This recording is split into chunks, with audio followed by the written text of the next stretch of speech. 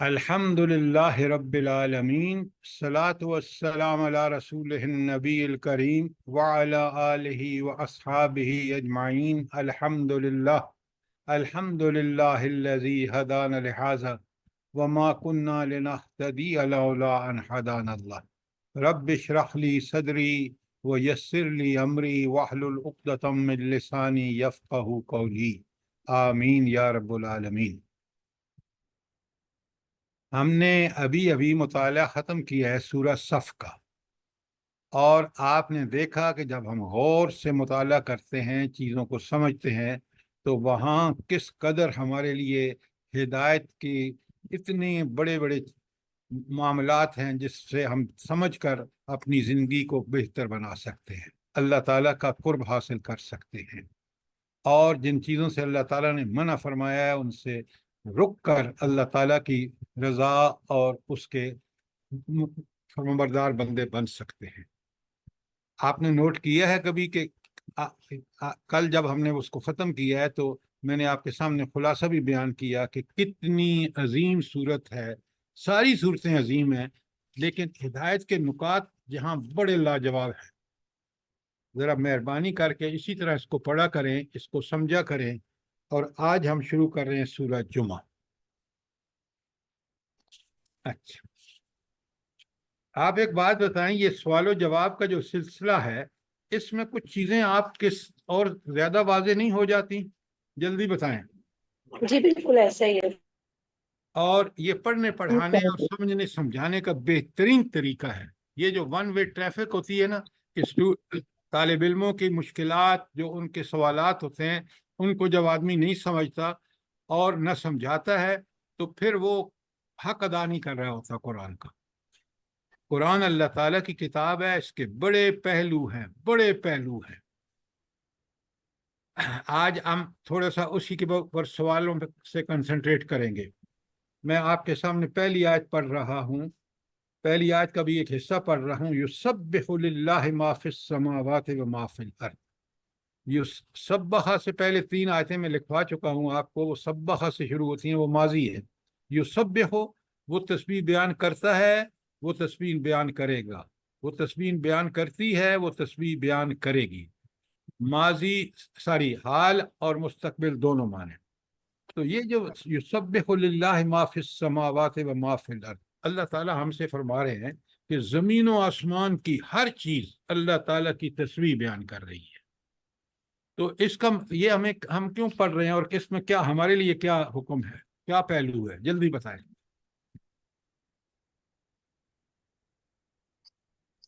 سر ہمارے لیے بھی یہی حکم ہے کہ ہم اللہ تعالیٰ کی اطاعت کریں دن کے 24 گھنٹے، ہر وقت ہر جگہ تسبیح بیان کریں اور اللہ کی پاکی بیان کریں، اللہ کی ہر عیب سے اللہ پاک ہے، یہ بیان کریں۔ اس بیان کرنے سے کیا ہوگا؟ ہاں، اپنی نفی ہوگی اور اللہ کی بڑائی بیان کی جائے گی، اور اللہ ہمیں یہ اتنی سی بات نہیں ہے، اتنی سی بات نہیں ہے، یہ بہت بڑی بات ہے کہ اللہ پاک ہے ہر عیب سے، ہر نقص سے۔ جب کائنات کی ہر چیز یہ بیان کر رہی ہے، میرا اور آپ کا بدرجہ اتم یہ حق ہے، فرض ہے کہ ہم اس کام کو ہم کریں، کیونکہ ہم اشرف المخلوقات ہیں۔ تو اگر اور چیزیں کر رہی ہیں تو اشرف المخلوقات نہیں ہیں۔ سب سے پہلے انسان کو اللہ تعالیٰ کی تسبیح بیان کرنی چاہیے، ایک پہلو۔ دوسرا پہلو جلدی بتائیں، میں سب آپ کے سامنے بیان کر چکا ہوں۔ دوسرا پہلو یہ ہے کہ یہ اللہ تعالیٰ کی ہر چیز کیوں کہ تسبیح بیان کر رہی ہے، یہ ریمائنڈر ہے ہمارے لیے، ہمیں یاد دہانی ہے کہ لوگوں تم سب سے زیادہ اللہ تعالیٰ کی شعور کے ساتھ تسبیح کرو۔ تیسرا پہلو، نمبر 3، وہ یہ کہ کیونکہ وہ عیب ہے، اس کا ہر حکم، ہر تعلیمات، ہر جس چیز سے منع کیا ہے وہ برحق ہے، وہ معیار ہے، اس پہ قائم رہو، یہ بھی تسبیح ہے۔ 4 نمبر، جو یہ نہیں کرتا وہ اصل میں اللہ تعالیٰ کو اپنا خالق، رازق اور حاکم نہیں مان رہا۔ جب کائنات کی ہر چیز مان رہی ہے تو اسی کے ساتھ یہ بھی اللہ تعالیٰ کی اس مخلوق میں شامل ہو جائے، اللہ کی تسبیح بیان کر رہی ہے۔ نمبر 5، یہ قرآن برحق ہے، اس کی ہر بات برحق ہے، لہذا میں اور آپ اللہ کی تسبیح بیان کرنے کا مطلب یہ ہے کہ اللہ کے اس قرآن جو معیار حق ہے، خود اللہ حق، اس کی کتاب حق، اس کا حق ادا کریں۔ اب ذرا آپ دیکھیں کس قدر اس کو کھولتے جائیں تو نئی نئی چیزیں سامنے آتی ہیں۔ کوئی سوال یہاں تک؟ اچھا، اب آیت نمبر 1 ہی میں آگے آیا ہے المالک القدوس العزیز الحکیم۔ اللہ تعالیٰ کی کتنی صفات آئی ہیں یہاں؟ جلدی چار 4۔ آئیں گے۔ اچھا، اب ذرا غور سے دیکھنا، یہ اب ہمیشہ ہم پڑھ کے گزر جاتے ہیں، یہ 4 صفات کا آگے کی آیت سے تعلق کیا ہے؟ آگے کی آیت پڑھ رہا ہوں، بسم اللہ الرحمن الرحیم، هو الذی بعث فی الامیین رسولا۔ اللہ تعالیٰ وہ ہستی ہے جو امیوں میں ایک رسول بھیجا اس نے۔ امی کا مطلب ہے، یہ تنزن کہتے تھے بنی اسرائیل، یہودی، کس کو؟ عربوں کو، کہ یہ ان پڑھ ہیں۔ کیوں؟ ان میں کوئی نبی نہیں آیا، جبکہ حضرت یعقوب کی اولاد میں نبی در نبی آتے چلے گئے، اور آخری نبی جو تھے اس سلسلے کے وہ حضرت عیسیٰ علیہ السلام تھے۔ لیکن یہاں بنی اسماعیل میں حضرت اسماعیل علیہ السلام کے بعد کسی نبی کا ذکر نہیں ہے، لہٰذا وہ تنزن ان کو کہتے ہیں، یہ امی ہیں، یہ ان پڑھ ہیں۔ اب اللہ تعالیٰ اسی کو ان کا وصف بیان کر رہا ہے کہ اللہ تعالیٰ اللہ تعالیٰ وہ ہستی ہے بعث فی الامیین رسولا، وہ جو امیوں میں ایک رسول بھیجتا ہے، اور اس رسول کے 4 فرائض ہیں۔ اب آج آپ نے اس بات کو پوچھی اچھی طرح سمجھنا ہے۔ پہلی بات کیا ہے؟ یتلو علیہم آیاتہ، ان کے لیے اللہ تعالیٰ کی آیات تلاوت کرتا ہے۔ نمبر 2، وَيُزَكِّيهِمْ، اور دوسرا ان کا تزکیہ کرتا ہے، وَيُعَلِّمْهُمُ الْكِتَابَ، اور ان کو کتاب کی تعلیم دیتا ہے، وَالْحِكْمَةَ، اور ان کو حکمت کی تعلیم دیتا ہے، وَإِن كَانُوا مِن قَبْلُ لَفِي ضَلَالٍ مُبِينٍ، اس سے پہلے یہی امی جو تھے یہ بڑی گمراہیوں میں مبتلا تھے۔ اب سب سے پہلے تو آپ مجھے یہ بتائیں، اوپر جو 4 آیات اللہ تعالیٰ کی صفات بیان ہوئی ہیں، ان کا ان آیت نمبر 2 میں فرائض منصبی سے کیا تعلق ہے؟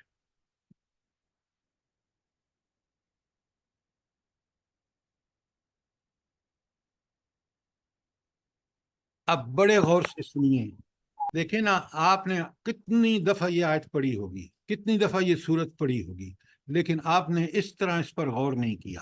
اب بڑے غور سے سنیں۔ اچھا، اللہ تعالی رسول کون بھیجتا ہے؟ اللہ کون سی؟ تعالیٰ اللہ تعالیٰ الملک ہے۔ یہ بات اس طرح نہ کیا کریں، آپ بات کریں جو میں آپ سے کہہ رہا ہوں کہ آیت نمبر 1 میں صفات بیان ہوئی ہیں، ان کا کیا تعلق آیت نمبر 2 سے؟ باہر کی بات مت کریں۔ اللہ تعالیٰ کی صفت الملک، وہ بادشاہ ہے، وہ حقیقی بادشاہ ہے، وہ پوری کائنات کا بادشاہ ہے۔ اس لیے اس نے ایک نبی بھیجا، اس نبی کو کیا میں اسائنمنٹ دیا؟ یہ 4 اسائنمنٹ دی۔ تو الملک صفت کا تعلق ہے هو الذی بعث فی الامیین رسولا۔ سوال کیجئے، بات سمجھ نہیں آئی تو؟ قرآن اللہ کی ایسی کتاب ہے جس کا سمجھنے کے بعد اگر انسان اس اللہ کے دیے ہوئے دماغ اور عقل کو استعمال کرے تو وہ مشکل سے مشکل چیزیں سمجھ سکتا ہے۔ لہذا المالک، وہ بادشاہ جو پوری کائنات کا ہے، اس نے ایک نبی بھیجا۔ کیوں؟ کہ وہ اس کی الملک صفت جو ہے وہ تقاضا کرتی تھی کہ وہ اپنے بندوں کو ہدایت بھیجے، اس کے لیے اس نے ایک نبی کا انتخاب کیا۔ اس نبی کے ذمے 4 ڈیوٹیز لگائیں۔ پہلی ڈیوٹی کیا تھی؟ یتلو علیہم آیاتہ، کہ ان پر اللہ تعالیٰ کی آیات تلاوت کرے۔ ان آیات میں کیا ہے بھلا؟ اللہ تعالیٰ کی جو آیات ہیں قرآن کی، ان میں کیا ہے؟ جلدی بتائیں۔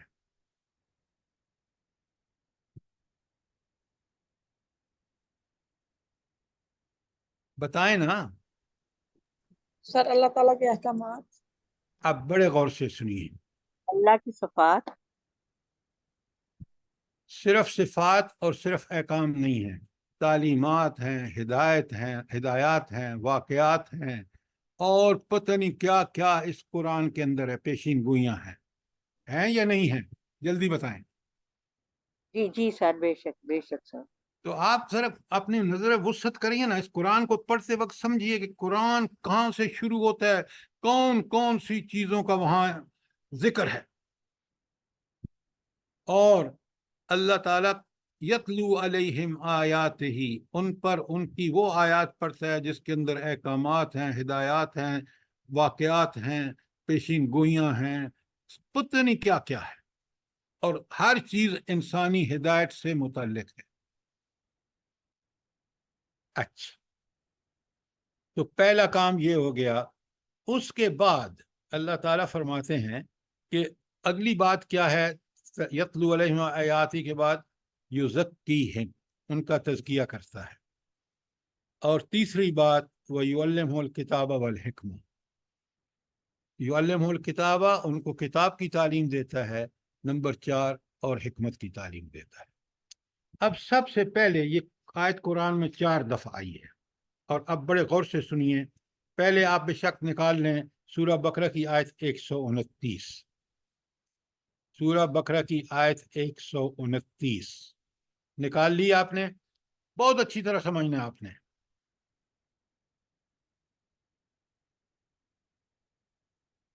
نکال لی آپ نے؟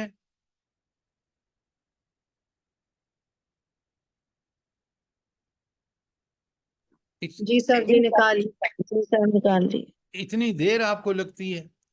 اب سنیں یہ دعا، میں اس کا ترجمہ پڑھ رہا ہوں۔ اللہ تعالیٰ کے خلیل ابراہیم علیہ السلام علیہ السلام کعبۃ اللہ کی تعمیر کر رہے ہیں، وہ دعا مانگتے ہیں، ربنا، اے ہمارے پروردگار، وابعث فیہم رسولا، ان میں ایک رسول بھیج، منہم، جو انہی میں سے ہو۔ اب منہم کا وہاں جب کعبۃ اللہ، تو اس کا مطلب ہے کہ وہ کعبہ کا رہنے والا ہو، تو وہ کیا کام کرے؟ نمبر 1 لکھیں اس کے اوپر، یتلو علیہم آیات کا، وہ تیری آیات ان پر تلاوت کرے۔ نمبر 2 وَيُعَلِّمُهُ الْكِتَابَ، اور ان کو کتاب کی تعلیم دے، والحکمہ، اور حکمت کی تعلیم دے، وَيُزَكِّيهِمْ، اور ان کا تزکیہ کرے۔ تو 4 باتیں، یعلمہ الکتاب پہ 1 لکھیں، ساری ہاں، پہلے لکھیں یتلو علیہم آیات کا، نمبر 1، وَيُعَلِّمُهُ الْكِتَابَ، نمبر 2، وَيُعَلِّمُهُ الْحِکْمَةَ، نمبر 3، اور نمبر 4 وَيُزَكِّيهِمْ۔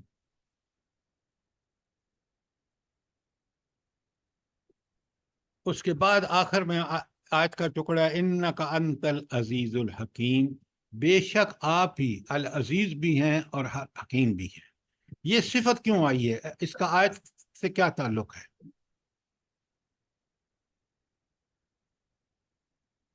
جلدی بتائیں۔ آپ زبردست ہیں، کیونکہ آپ ہی جانتے ہیں ساری کائنات کو چلانے کا، اور حکیم کہ آپ نے نبی کریم صلی اللہ علیہ وسلم ہم پہ بھیجے ہیں۔ یہ آپ کی حکمت ہی ہے کہ ہمیں ہدایت کس طرح ملی تھی، اس طرح اللہ کے نبی کتنے بھی نہیں، ہمیں۔ آیت سے آپ باہر جا رہے ہیں۔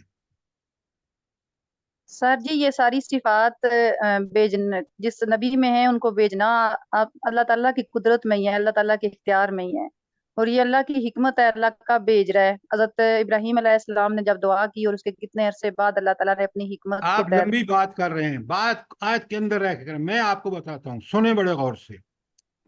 4 کام ہیں، یتلو علیہم آیات کا، وہ تمہاری اے اللہ آپ کی آیات پڑھ کے ان کو سنائے۔ یہ العزیز ہستی کر سکتی ہے، کیوں کہ اس پر طاقت، غلبہ، قدرت، اختیار ہے۔ اور پھر ہے وہ یعلمہ الکتابہ، اور ان کو کتاب کی تعلیم دے، یہ بھی العزیز کا کام ہے۔ والحکمہ، اور حکمت کی تعلیم دے، یہ الحکیم صفت کا تقاضا ہے اللہ تعالیٰ کی۔ وہ یزکیہم، ان کا تزکیہ کرے، یہ العزیز اور الحکیم دونوں کے کام ہے۔ اس طرح بات کو سمجھیں، اس طرح سمجھائیں تاکہ بات آیت کے اندر بات کلیئر ہے۔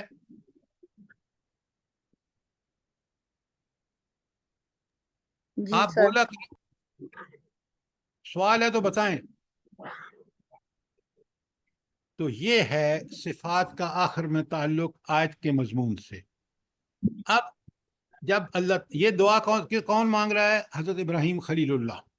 اب اس کی قبولیت کا اعلان اللہ تعالیٰ خود آیت 151 آگے نکالیں، آیت 51 بقرہ کی جلدی سے.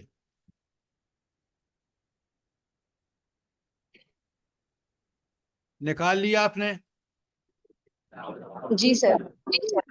اچھا، اب اس میں پڑھ رہا ہوں آپ کے پاس. بسم اللہ الرحمن الرحیم. کما ارسلنا فیکم رسولا، جیسا کہ ہم نے تمہارے درمیان رسول بھیج دیا ہے. یہ رب کیسا قبولیت بخش رہا ہے؟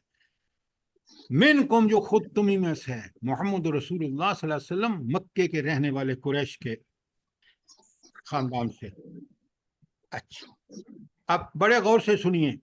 یتلو علیکم آیاتنا، یہ ہماری آیات آپ کو پڑھ کے سناتا ہے. یہ آصف صاحبہ آپ کا فون آپ بول رہی ہیں اور سب لوگ ڈسٹرب ہو رہے ہیں. پلیز اپنے فون بند کریں، بڑی توجہ سے سنیں، بہت اہم نکات ہیں. اچھا، تو اب اللہ تعالیٰ نے قبولیت میں فرمایا کہ میں نے ایک رسول بھیج دیا جو تمہیں آپ میری آیات پڑھ کے سنا رہا ہے. وَيُزَكِّيكُمْ، اور تمہارا تزکیہ کر رہا ہے. وَيُعَلِّمُكُمُ الْكِتَابَ، تمہیں کتاب کی تعلیم دے رہا ہے. وَالْحِكْمَةَ، اور حکمت کی. اب مجھے یہ بتائیں آیت 129 اور 151 میں فرق کیا ہے؟ جلدی بتائیں. حافظ صاحب آپ بتائیں. سر جی یہ تزکیہ اس میں پہلے آ گیا، اللہ تعالیٰ نے تزکیہ کیا، یتلو علیکم کے بعد تزکیہ آ گیا. کیوں آ گیا؟ کیوں آ گیا؟ معلم تکونوا تعلمون.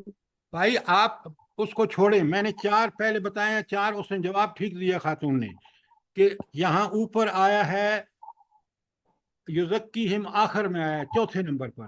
یہاں دوسرے نمبر پر آ گیا ہے یتلو علیہم آیات نمبر 1 ہے اور یزکیکم نمبر 2 ہے. اب میرا سوال یہ ہے کہ یہاں ترتیب کیوں بدلی ہے؟ اللہ نے قبولیت میں اس ترتیب کو بدل دیا ہے جو ترتیب حضرت ابراہیم علیہ السلام نے ارشاد فرمائی تھی. سر جی پہلی بات تو یہ ہے کہ اللہ کی حکمت ہے یہ. دوسری چیز اس میں یہ آتی ہے کہ آیات کی تلاوت سے ہی تزکیہ ہوتا ہے، تزکیہ ہوتا ہے تو پھر احکامات پر عمل کیسے؟ کرنا. ایک منٹ اب لمبا مت جائیں. کیسے آیات میرا تزکیہ کرتی ہیں یا آپ کا تزکیہ کرتی ہیں؟ سر جی جب ہم قرآن کی آیات پڑھتے ہیں اللہ تعالیٰ کی معرفت حاصل ہوتی ہے. اپنے نفس کی جو انفس کی پڑھتے ہیں اس کی آیات، وہ ساری چیزیں انسان کو اللہ کے قریب کرتی ہیں، پہچان اللہ کی دیتی ہیں. ہمارا ایمان بڑھ جاتا ہے قرآن کی آیات سے.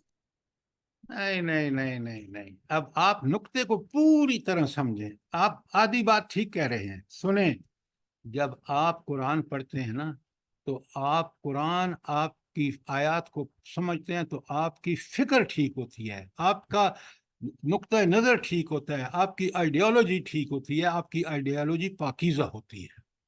میں قرآن پڑھ کے مجھے ذہن میں سمجھ آ جاتا ہے، میری فکر ٹھیک ہو جاتی ہے کہ توحید ہی اس کائنات کی اصل ہے. رسالت کیوں ہے؟ یہ ساری چیزیں، تلاوت آیات میرے ذہن کو صاف کرتا ہے. تزکیہ کیا ہوتا ہے؟ آپ کا ذہن، آپ کا نظریہ پاکیزہ کرتا ہے. یہ ہے یہاں یتلو علیہم آیاتی تزکیہ کیوں کرتی ہیں؟ وہ ہمارا فکری تزکیہ کرتی ہیں. اس کو سمجھیں بات کو، یہ ایسے الٹ سلٹ مت بات کیا کریں. جب میں یہ سمجھتا ہوں کہ میرے نظریہ کی پاکیزگی ڈپینڈ کرتی ہے قرآن کے فہم پر، اور قرآن کا فہم ہو جائے گا تلاوت آیات سے. شاباش، جلدی کریے، بتائیے مجھے. اگر بات ٹھیک نہیں ہے تو بات بتائیے، ورنہ سوال کیجیے. یہ ہے تلاوت آیات اور تزکیہ کا تعلق، کہ تزکیہ، تلاوت آیات جو ہیں وہ ہمارا فکری تزکیہ کرتی ہیں، فکر پاکیزہ ہو جاتی ہے. اور جب پاکیزہ ہوگا، پہلے کیا پاکیزہ ہونا ضروری ہے؟ عمل سے پاکیزہ ہونے سے پہلے کیا ضروری ہے؟ سوچ کا پاکیزہ ہونا، فکر کا پاکیزہ ہونا. یہ اگر ترتیب آپ نے نہیں سمجھی کہ قرآن ہماری فکر کو پاکیزہ کرتا ہے. آپ دیکھتے ہیں مجاہد کس آسانی سے جان اللہ سب سے قیمتی چیز اللہ کے سامنے پیش کر دیتا ہے. کیوں؟ اس کی فکر ٹھیک ہو گئی ہے کہ میں اگر یہی کام کروں گا تو میں سیدھا جنت میں جاؤں.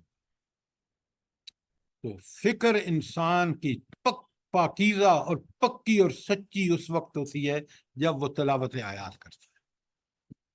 تو تزکیہ کے لیے یاد رکھ لیں، یہاں قرآنی نسخہ ہمارے سامنے آ گیا، قرآنی معیار آ گیا کہ اگر آپ اپنا تزکیہ چاہتے ہیں وہ کسی مولوی، کسی پیر، کس کے پاس نہیں ہوگا، وہ صرف قرآن کے تلاوت آیات سے.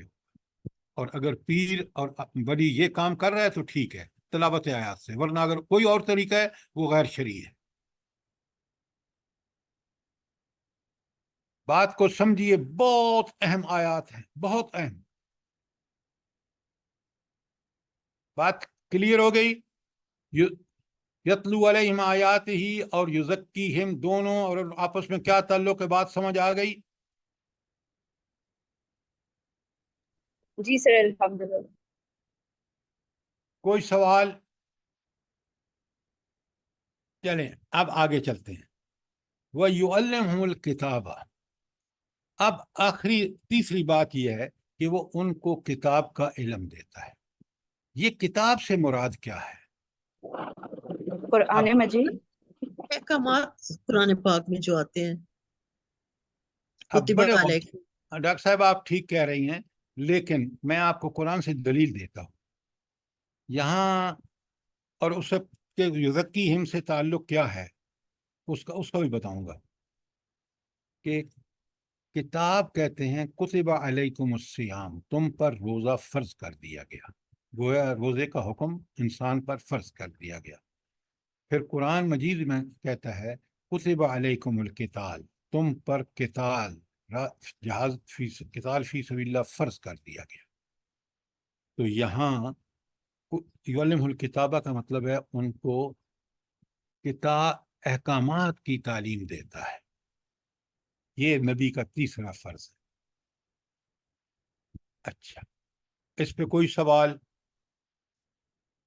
اب مجھے آپ یہ بتائیں کہ یہ تیسرے نمبر پہ یہ کیوں آیا ہے کہ وہ ان کو احکامات کی تعلیم دیتا ہے؟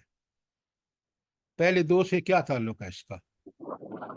سر جب وہ انسان کی سوچ اور فکر بدل جائے گی، اس کی آئیڈیالوجی چینج ہو جائے گی، پھر جو احکامات اس کو بتائے جائیں گے اس پر وہ عمل کرنا آسان ہو جائے گا، اور اس کے دل میں کسی طرح کا بھی کوئی شک نہیں ہوگا اس کو تسلیم کرنے میں.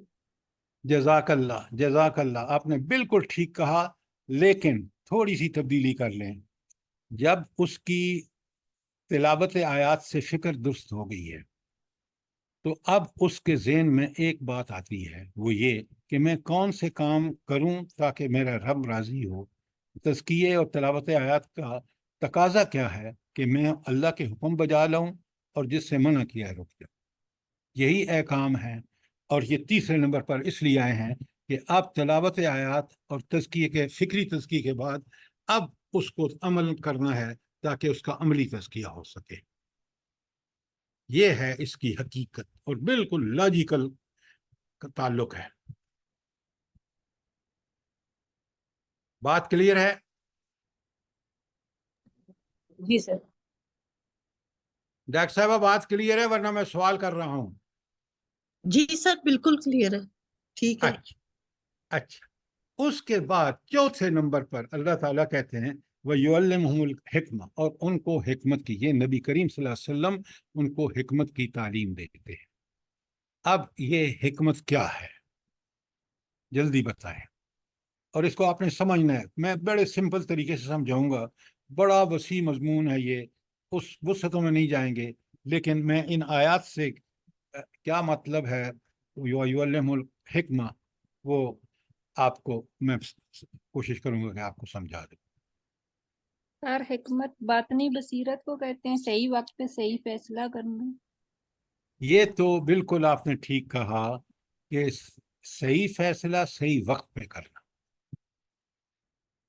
آج آپ دیکھیں، میں آپ کو مثال دیتا ہوں، بالکل جدید دور کی مثال. اگر جب پاکستان 1947 میں آزاد ہوا، اگر صحیح فیصلہ کیا تھا کہ قرآن کو پڑھا، سمجھا اور اس کو نافذ کیا جائے. وہ فیصلہ وہاں اس وقت نہیں ہوا، صحیح فیصلہ صحیح وقت پر نہیں ہوا.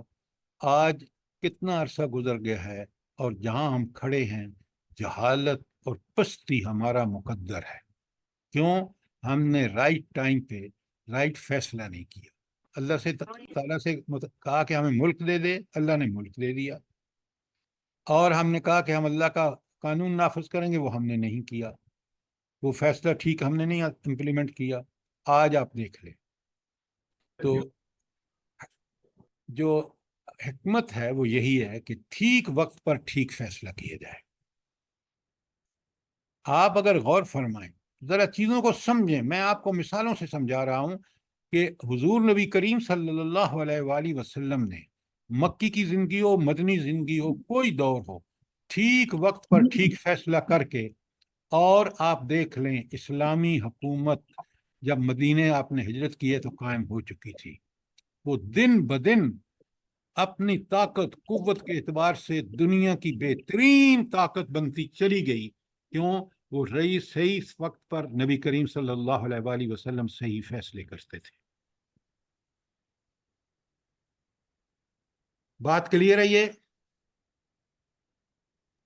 جی جی سر. سر. اچھا، اب کوئی سوال؟ اب میں آپ کو بتاتا ہوں کہ ان آیات کے اندر حکمت کیسے بندہ، یہ 4 سٹیپس میں جب آدمی تلاوت آیات کرتا ہے تو وہ چیزوں کو ربانی نظر سے دیکھتا ہے. تلاوت آیات میں، کیونکہ ہمارا یقین ہے، ایمان یہی ہے نا کہ یقین کہ اللہ تعالیٰ کی ہر بات برحق. جب آپ اس نقطہ نظر سے اللہ کے اس دی ہوئی برحق اللہ تک کی ہر چیز اور ہر فیصلہ، تو آپ کو اس کے بعد آپ کی فکر کا تزکیہ ہوتا ہے.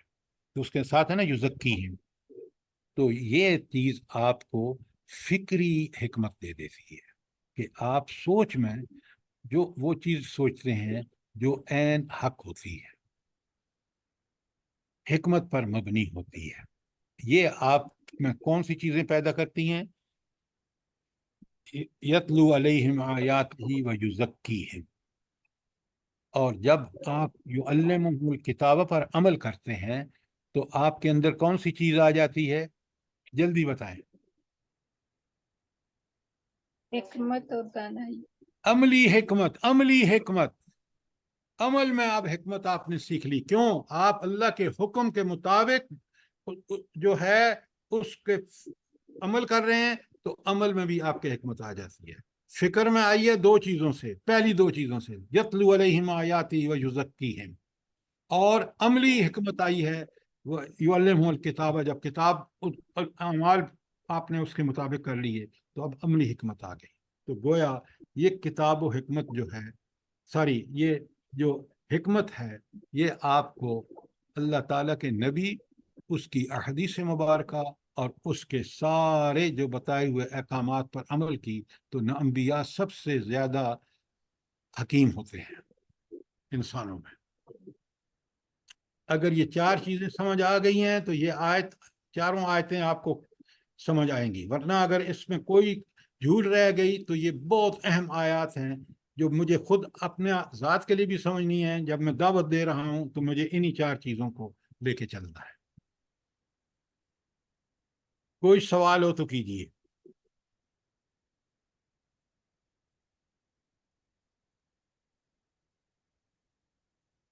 بات کلیئر ہے؟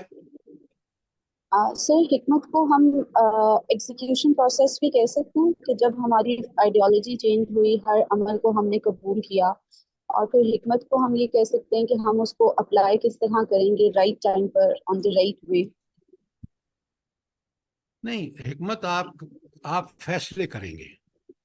جب دنیاوی زندگی، عملی زندگی میں آئیں گے نا، آپ بھی تو خود دن میں دیکھتے ہیں کہ گھر کے معاملات ہیں، آپ کے اسکول کے معاملات ہیں، ایجوکیشن کے معاملات ہیں، آپ ان میں فیصلہ کرنا پڑتا ہے. یہ فیصلہ 2 چیزوں پر ڈیپینڈ کرتا ہے. ایک، آپ کا اس کا فیصلہ ٹھیک ہے نظریاتی طور پر، اور دوسرا ایگزیکیوشن، اس کا عمل ٹھیک ہے یا نہیں. تو یہ 2 چیزیں آپ کو قرآن اور سنت پر عمل کرنے کے بعد، اس اپنی فکر درست کر کے عمل کرنے کے بعد یہ چیز آپ کو اللہ تعالیٰ عطا کر دیتے ہیں۔ اب بات سمجھ آئیے آپ کو؟ جی سر، جزاک اللہ۔ جی ایک سوال ہے جی فرمائیں۔ کہ ہر چیز کو جو ہے وہ قرآن اور سنت کے اوپر پرکھ کر ہر معاملے پہ، تو تبھی ہم اس کو آگے کرنے کی کوشش کریں، اور اگر قرآن اور سنت سے اس کا حکم کہیں نہیں مل رہا ہو تو پھر کیا کریں؟ آپ ذرا میری بات سنیں بڑے غور سے۔ آپ قرآن و سنت کے معاملے میں تو آپ پابند ہیں اللہ اور اس کے رسول کے حکم کے، کوئی آپ اس میں تبدیلی نہیں کر سکتے۔ یہ بات ایگری کرتے ہیں آپ کہ نہیں؟ جی جی بالکل سر۔ تو آپ اس کو تو رول آؤٹ کر دیجئے کہ وہاں آپ پابند ہیں اللہ اور اس کے رسول کے حکم کے۔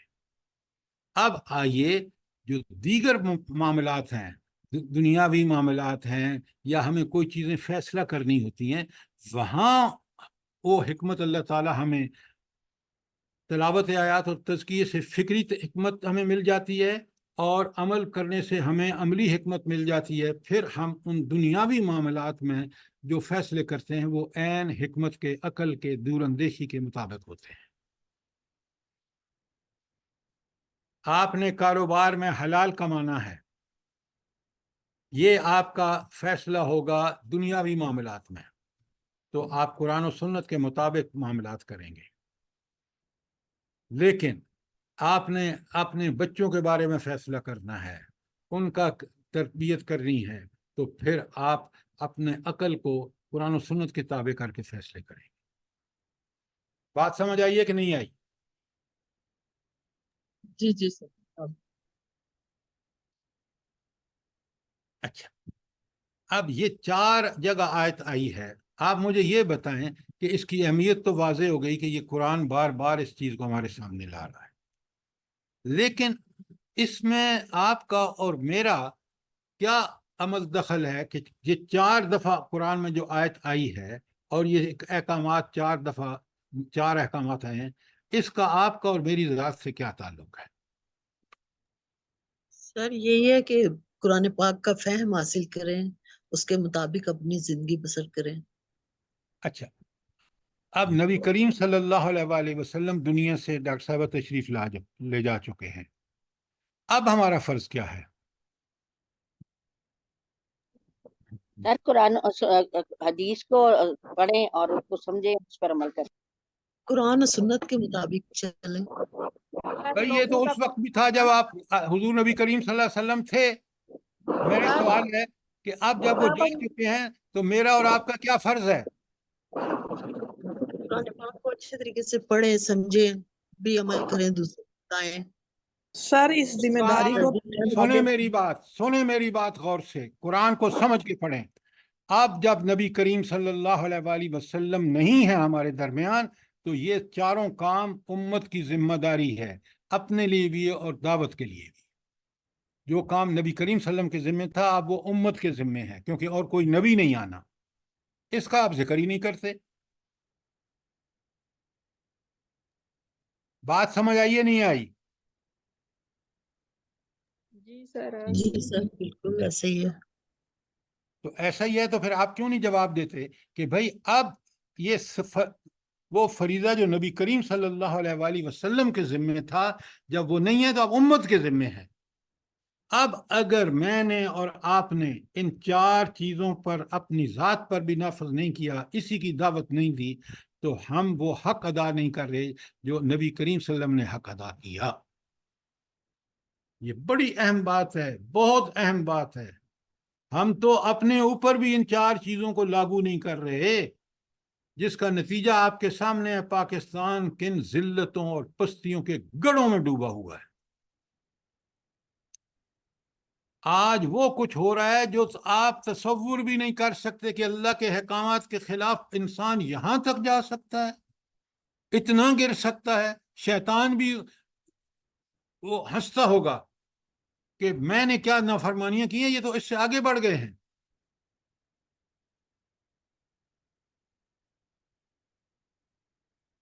آپ ذرا غور سے سنیے، سورہ آل عمران میں اللہ تعالیٰ نے اسی بات کو بیان کرتے وقت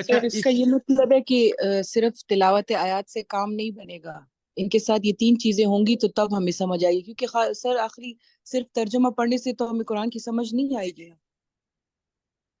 آپ بالکل ٹھیک کہہ رہے ہیں، تلاوت آیات غور و فکر کے ساتھ پوری، تاکہ اس آیت کے اندر کیا مضمون بیان ہوا ہے اس کو اچھی طرح سمجھ لیں۔ جو ہی وہ سمجھیں گے نا، فکری تزکیہ آپ کا ہو رہا ہوگا جب آپ غور و فکر کے ساتھ اس کو پڑھ رہے ہیں۔ اب جب یہ دو چیزیں آپ کریں گے کہ آپ نے تلاوت آیات سمجھ کے کی، آپ کا فوراً خیال آئے گا کہ کون سا عمل کروں کہ میں اللہ یہ حکم جو اس آیت میں دیا گیا ہے، جس کی میں نے تلاوت کی ہے، اس کے حکم پر عمل کروں گا تو پھر میرا فکر کے ساتھ عمل پاکیزہ ہو جائے گا۔ جب عمل پاکیزہ ہوگا تو اللہ تعالیٰ مجھے علمی وہ فکری حکمت تو دے دے گا تلاوت کے بعد، اور عملی حکمت دے دے گا عمل کرنے کے بعد۔ یہ ساری چیزیں بالکل ایک دوسرے سے پیوست ہیں، ریلیٹڈ ہیں۔ سر تلاوت میں عمل شامل ہے نا؟ جی، تلاوت میں بھی تو تلاوت میں عمل شامل ہے نا؟ تلاوت عمل کا ذریعہ ہے۔ تلاوت جو ہے وہ آپ کا علمی فعل ہے، تلاوت آپ کا عملی فعل نہیں ہے۔ عملی فعل ہوگا جب آپ عمل کریں گے، اللہ کے احکامات، امر بالمعروف پر عمل کریں گے اور نہی عن المنکر سے رک جائیں گے، وہ آپ کا عملی حصہ ہے۔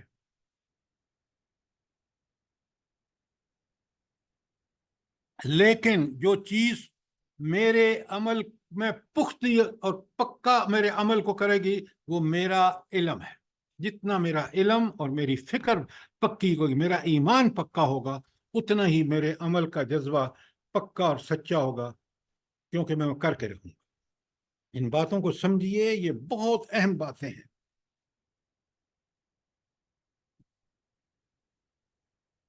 شاباش، اگر یہ آیتیں چار ہم نے سمجھ لی نا تو آپ سمجھیں کہ قرآن کا ایک بہت بڑا حصہ ہم نے سمجھ لیا۔ سوالوں کو روکیں نہیں اپنے تک، سوال کریں۔ سر السلام علیکم سر، میرا ایک سوال ہے کہ ہاں ضرور یہ جو کریں گا۔ جی سر، یہ جو انبیاء کرام ہیں، ان کو دعائیں تو اللہ تعالیٰ ہی سکھاتے ہیں، تو پھر اس ترتیب میں فرق کیوں ڈفرنس آیا ہے نا؟ میرے ذہن میں یہ سوال آتا ہے اکثر۔ آپ یہ کہہ رہے ہیں، سوال آپ کا یہ ہے کہ انبیاء علیہم السلام بہت دعائیں مانگتے تھے۔ وہ اس کی وجہ یہ ہے کہ عمل وہ اسی کے مطابق کرتے تھے جو قرآن یا ان پر کتاب نازل ہوئی تھی۔ حضرت موسیٰ پر تورات، حضرت عیسیٰ پر اور پہلے انبیاء پر جو صحائف نازل ہوئے ہیں۔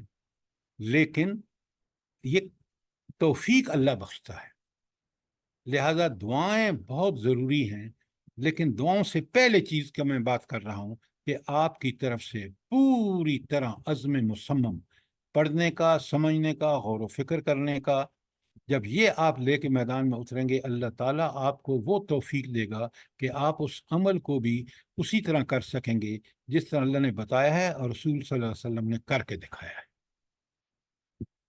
بات کلیئر ہے کہ نہیں ڈاکٹر صاحبہ؟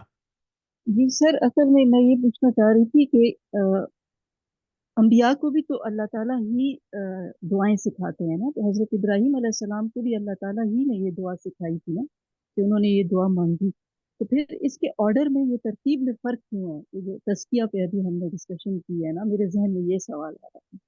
ڈاکٹر صاحبہ، پہلی بات یہ ہے کہ انبیاء جو نبوت کی بصیرت اللہ تعالیٰ انبیاء کو عطا کرتا ہے نا، وہ خاص چیز ہوتی ہے انبیاء کے پاس۔ اور پھر انبیاء کے بھی آپ کو پتہ ہے درجے ہیں۔ حضرت ابراہیم علیہ السلام کو تو اللہ تعالیٰ نے سرٹیفکیٹ دیے ہیں کہ آپ نے حق ادا کر دیا، آپ نے آزمائشوں میں ثابت قدمی کا نمونہ پیش کیا، لہذا اس میں کوئی شبہ نہیں کہ وہ بھی دعا جو آپ نے نبوت کی بصیرت کی بنیاد پر کی تھی، اور اللہ نے جو ترتیب بدلی ہے، میں نے آپ کو بالکل بات کلیئرلی سمجھائی ہے کہ وہاں حضرت ابراہیم علیہ السلام کہتے ہیں کہ 3 کام کریں گے تو ہمارا تزکیہ ہو جائے گا۔ اور وہ بالکل ٹھیک کہہ رہے ہیں، وہاں تزکیے سے مراد ہے کہ فکری اور عملی تزکیہ دونوں ہوں گے جب یہ پہلے 3 کام کریں گے۔ لیکن رب العالمین نے فرمایا ترتیب اس لیے تبدیل کی کہ آپ کا فکری تزکیہ تعلیم کتاب کے ساتھ شروع ہو جاتا ہے اور وہ کنٹینیو رہتا ہے آگے، جب آگے سارا کچھ کرتے جاتے ہیں۔ اور وہ جو نفس مطمئنہ کی کیفیت ہے وہ ایسے ایک دن میں حاصل نہیں ہو جاتی، وہ مومن کا لگا رہتا ہے، جب وہ اللہ تعالیٰ اس کو توفیق بھی دیتا رہتا ہے، وہ کرتا رہتا ہے، توفیق بھی ملتی جاتی ہے، اور پھر وہ ایک ایسے مقام پر پہنچ جاتا ہے جہاں وہ نیکی کر کے ہی راضی ہے، چاہے دنیا ادھر سے ادھر ہو جائے۔ یہ ہے وہ نفس مطمئنہ۔ اب میرے سوال کا جواب اگر کلیئر نہیں ہے تو اور سوال کریں۔ نہیں سر، کلیئر ہو گیا، تھینک یو ویری مچ، جزاک اللہ۔ سر جی اس میں ایک میرے ذہن میں جو بات آتی ہے، میں سمجھ رہی تھی کہ خالق اور مخلوق کا فرق تو بہرحال اللہ تعالیٰ نے جو انبیاء کو علم دیا وہ اللہ نے اپنے حکم کے مطابق ہی دیا، اور اتنا فرق ظاہر ہے اللہ خالق ہے، تو میرے ذہن میں یہ آتی ہے کہ شاید مطلب اللہ زیادہ جانتا ہے، یقیناً اللہ زیادہ جانتا ہے۔ میں نے آپ سے تھوڑی کہا ہے بھائی، نبوت کی بصیرت کا مطلب یہ ہے کہ اللہ تعالیٰ نے ہدایت کی راہ ان کے لیے کھول دی ہے، لیکن ہدایت کس کی طرف سے آئی ہے؟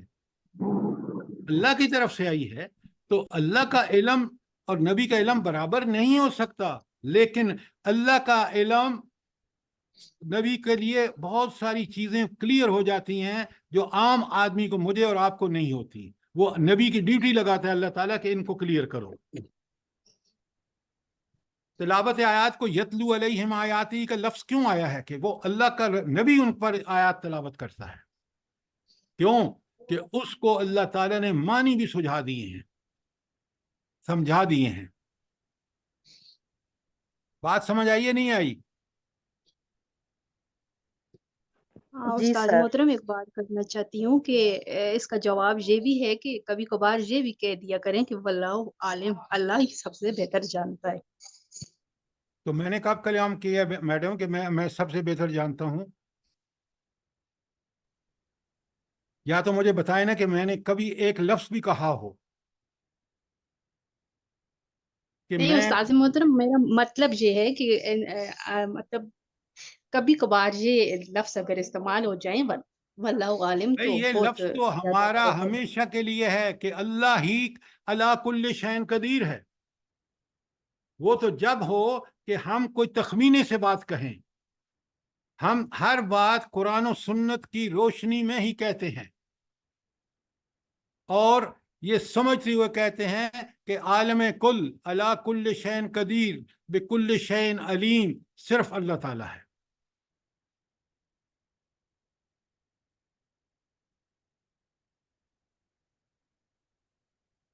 یہ 4 آیتیں بہت اہم ہیں، میں اسی لیے آپ سے سوالن جواباً یہ بات عرض کر رہا ہوں تاکہ ہم سمجھ لیں، اور آپ بالکل آج ہم بالکل اسی پہ بات کریں گے آخر تک تاکہ یہ بات کلیئر ہو جائے، اور کل آپ سے پھر سوال ہوں گے۔ لہٰذا آپ کو پوری اجازت ہے کہ ان 4 آیات کے بارے میں جو میں نے آپ کے سامنے 129 جو ہے بقرہ کی وہ دعا ہے ابراہیم خلیل اللہ کی، اور 159 اللہ تعالیٰ کی 151 اللہ تعالیٰ کی قبولیت کا اعلان ہے، اور آیت نمبر 164 آل عمران میں اللہ تعالیٰ نے اس کو اپنا احسان بتایا ہے کہ یہ ہے میرا احسان تم پر۔ اور اب آیت سورہ جمعہ کی جو آج ہمارے زیر مطالعہ ہے، اس آیت میں کہا اللہ تعالیٰ فرماتے ہیں کہ یہ جو نبی میں نے بھیجا ہے، یہ میں اللہ تعالیٰ خود الملک ہے، وہ بادشاہ ہیں پوری کائنات کے۔ یہ کائنات انسان کے لیے بنائی گئی ہے، وَسَخَّرَ لَكُم مَا فِي السَّمَاوَاتِ وَمَا فِي الْأَرْضِ، ہر چیز انسان کی خدمت پر لگا دی گئی۔ اس انسان کو کہہ رہا ہے اللہ تعالیٰ کہ سنو، میں نے، کیونکہ میں بے عیب ہوں، میں ہر نقص سے پاک ہوں، میں نے اپنا کلام جو ہر قسم کے نقص سے پاک ہے، قرآن تمہارے پاس بھیجا ہے۔ میں نے تمہارے اوپر احسان کیا کہ تم ایک رسول بھیج دیا جو نمونہ ہے اس کے لیے، لہٰذا اب تمہیں دنیا میں زندگی اس قرآن اور اس سنت کے مطابق گزارنی ہے، اور جس طرح اس نبی نے یہ دعوت کا کام کیا ہے، اس نبی کے بعد یہ تمہارا کام۔ اب جی یہاں سوال ہے، جی یہ فرمائیں۔ جو من اللہ علی المؤمنین ہے، اس اسپیسیفک کر کے مومنین کا نام لیا گیا ہے، اس کو تھوڑا واضح کریں پلیز۔ میڈم یہ تو بات بڑی کلیئر ہے کہ مومن دیکھیں نا، مومن کون ہے؟ جس کو یہ اس قرآن کے برحق ہونے، پہلے سب پہ توحید، اور پھر توحید کے بعد اس اللہ کا یہ احسان کہ نبی اور قرآن کی بعثت، یہ تو مومنوں کے لیے احسان ہے۔ کافر تو انکار کر دیا، اور جب اس نے انکار کیا تو ان کا کیا انجام برا، ہولناک اور خوفناک ہوگا، اس کو بھی سوچیں۔ تو مومنوں کا لفظ اس لیے ہے کہ انہوں نے تو مانا، یہ ایمان لے کے آئے ہیں، لہذا ان پر احسان ہے۔ کافروں نے انکار کر دیا اور وہ اس کی بڑی بھیانک سزا بھگتیں گے۔ کیوں؟ ان کو اللہ نے اسی طرح فطرت بھی دی تھی، نیک فطرت پیدا ہوئے، برائی اور اچھائی کی پہچان موجود تھی، اللہ کے احسان، اللہ نے ان کو پیدا کیا، آیات کائنات اور آیت انفس دیکھنے کے باوجود انہوں نے انکار کیا۔ لہذا یہ لقد من اللہ علی المومنین، یہ مومنوں پر احسان ہے کہ وہ آگے ساری چیزوں پر ایمان لائے۔ اب بات کلیئر ہے؟ جی سر جی۔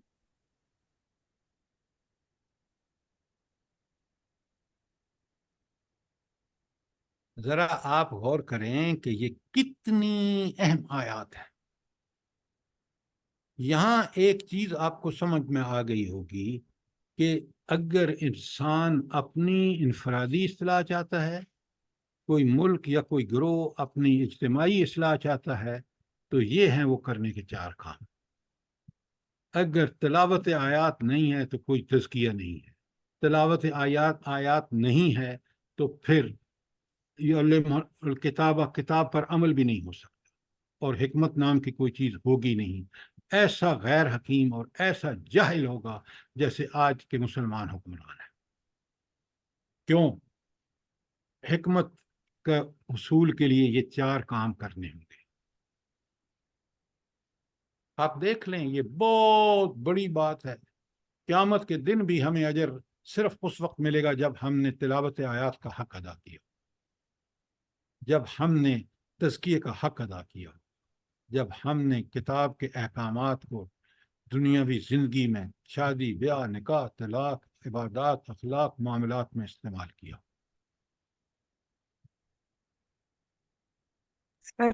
سر کامیاب ہو گیا وہ شخص جس نے اپنا تزکیہ نفس کیا۔ سر ہم تو اپنی تزکیہ نفس، تزکیہ کے لیے 4 چیزیں ضروری ہیں۔ بالکل آپ نے ٹھیک کہا، یہ 4 کام کرے گا تو تزکیہ ہوگا، اور کوئی طریقہ تزکیے کا نہیں ہے۔ اپنی ٹوٹی پوٹی عبادتوں پہ خوش ہو رہے ہیں، اور مین چیز تو تزکیہ نفس ہے سر۔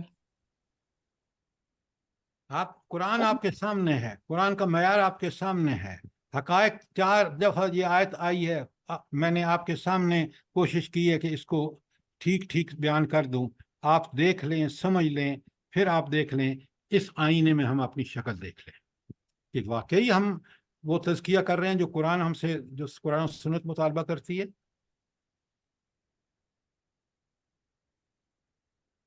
سر اس آیت کا نچوڑ دیکھیں، خود ہی اللہ تعالیٰ بیان کر رہے ہیں کہ ان کانو من قبلی لفی ضلال مبین، یعنی ابھی بھی ہم کھلی گمراہی میں ہیں، اور اس وقت بھی لوگ کھلی گمراہی میں تھے۔ تو اب یہ ہمیں 4 کام 5 کام کرنے پڑیں گے، تو پھر ہی ہم اپنا کامیاب انسان بن آپ نے سکیں اچھا گے۔ کیا کہ آگے والا ان کانوا من قبل لفی ضلال مبین، یہ کس کے لیے کہا جا رہا ہے؟ گمراہ لوگوں کے لیے سر، جو اس کا حق ادا نہیں کرتے ان 4 چیزوں کا۔ میڈم یہ بات آپ کی ٹھیک ہے، لیکن قرآن مخاطب، اولین مخاطب کون ہے؟ قریش ہیں، اور قریش اتنے گمراہ ہو چکے تھے کہ انہوں نے کعبۃ اللہ میں، جو اللہ کے ولی نے، حضرت ابراہیم علیہ السلام جو خلیل اللہ تھے، انہوں نے تعمیر کیا تھا توحید کے لیے۔ ان بدبختوں نے وہاں بت رکھے ہوئے تھے جو پوجتے تھے۔ یہ نماز، وہاں جو نماز اللہ سے انسان کا، اس میں یہ سیٹیاں اور تالیاں بجاتے تھے، تو اس وقت وہ لوگ ہیں، اور آج بالکل آپ کی بات ٹھیک ہے کہ آج وہ لوگ ہیں جو اس کو چھوڑ چکے ہیں، جیسے ہم ہیں۔ قرآن کو پوری طرح، اس وقت کون لوگ مخاطب تھے، آج کیا ہو رہا ہے، میں کیا کر رہا ہوں، یہ سمجھنے کی بات ہے۔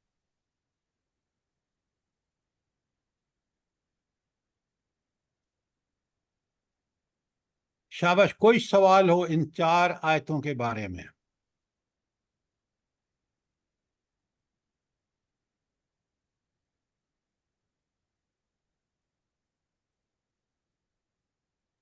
سر آپ نے تو ہمارے دماغ سن کر دیے ہیں۔ اگر میں نے قرآن و سنت کے خلاف کوئی بات کہی ہے تو مجھے بتائیں، میں اپنی اصلاح کر لیتا ہوں۔ لیکن اگر ہم قرآن کو صرف ثواب کے لیے پڑھیں گے تو پھر یہ چیزیں کھلیں گی نہیں جس طرح اب کھل رہی ہیں آپ کے سامنے۔ سر یہ یہودی دیکھے کہتے تھے کہ حضور صلی اللہ علیہ وآلہ وسلم ان پڑھ تھے، تو اب یہ کتنی اہم حکمت کی باتیں ہمیں 4 نبی کریم صلی اللہ علیہ وآلہ وسلم نے ہی بتائی، تو پھر اس میں ان پڑھوں کا کیا معاملہ ہوا؟ تو بس استغفار، کتنی ان کو طنز بازی کرتے تھے یہ یہودی۔ ہاں میڈم، یہ آپ جو بات کہہ رہی ہیں نا وہ پورا اس کو پس منظر میں نہیں دیکھ رہی۔ دیکھیں نا، یہ رب کا کرم ہے۔ پہلی بات یہ سمجھیں کہ اس نے امیین میں سے ایک رسول بھیجا، اور وہ رسول اپنے سب سے بڑی خوبی کیا بتاتا ہے؟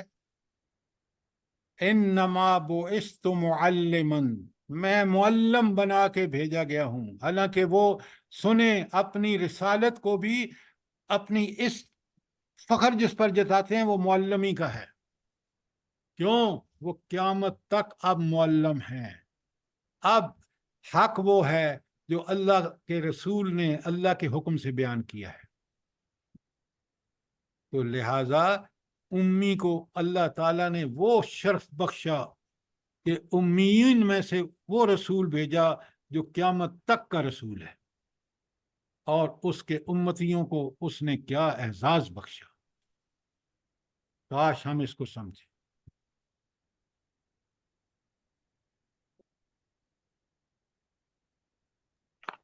سر جی یہ ضلال مبین، کھلی گمراہی بہرحال گمراہی ہے، اور اللہ تعالیٰ نے اس کو کھلی گمراہی کہا، تھوڑا سا اس کو بھی کھول دیں۔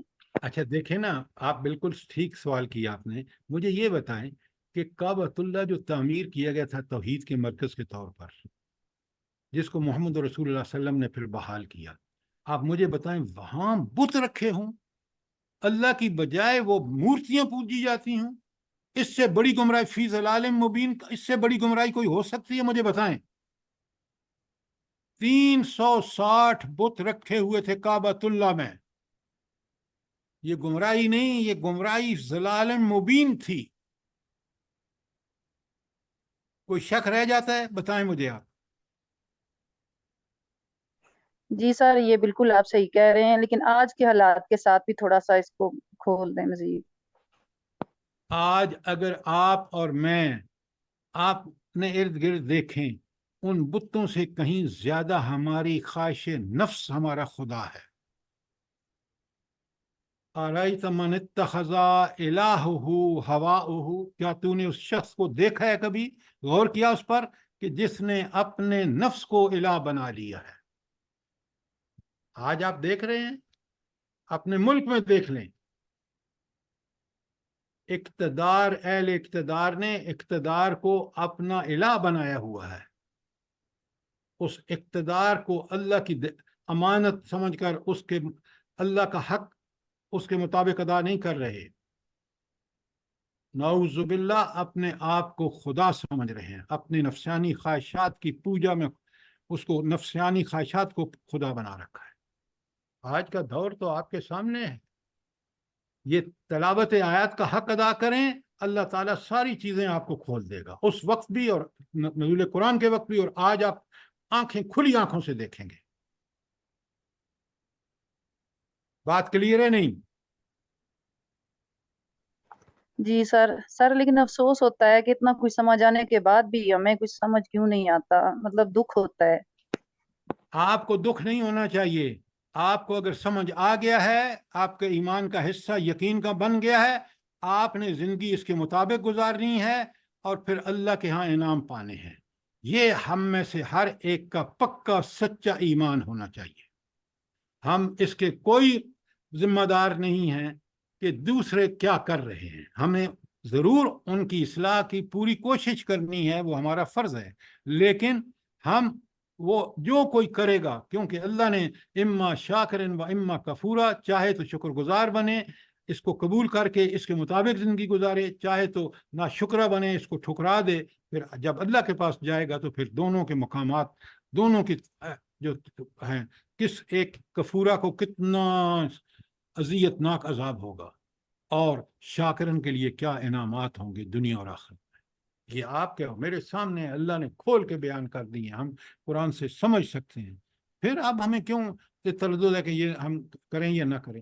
ہم تلاوت آیات ٹھیک سے کرتے نہیں ہیں، یہ ہے ہمارا مسئلہ۔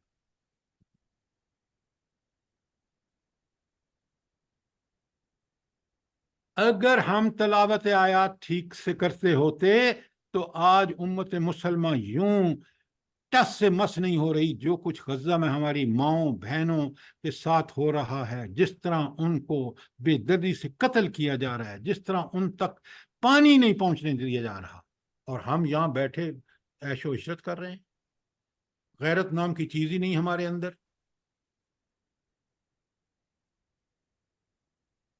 یہ صرف یہ چار کام ہم اس طرح نہیں کر رہے جس طرح نبی کریم صلی اللہ علیہ وسلم نے کیے اور صحابہ و صحابات نے کیے۔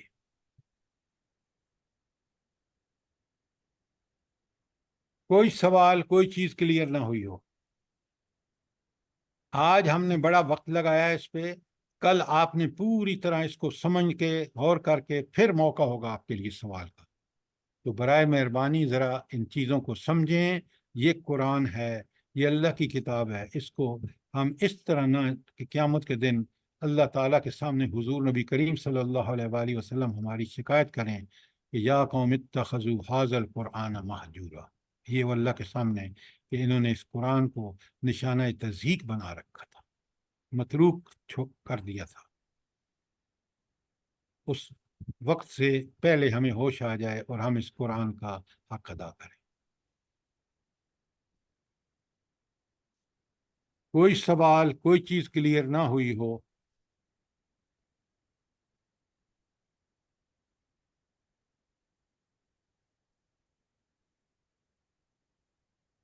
ناراض نہ ہونا، یہ چیزیں میں نے آپ کے سامنے سوالن جواباً اس لیے کھولی ہیں تاکہ میں خود بھی سمجھوں، آپ بھی سمجھیں، اور ہم اپنی زندگی کو بدلیں، طرز فکر کو اور طرز عمل کو بدلیں۔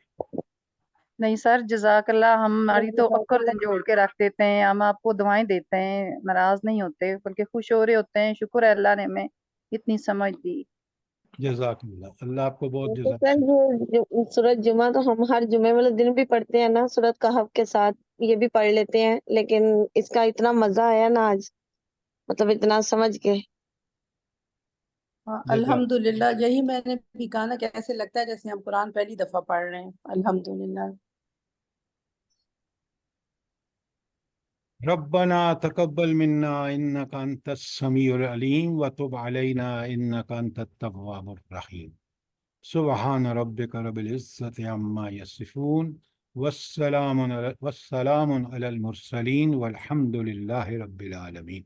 جزاک اللہ۔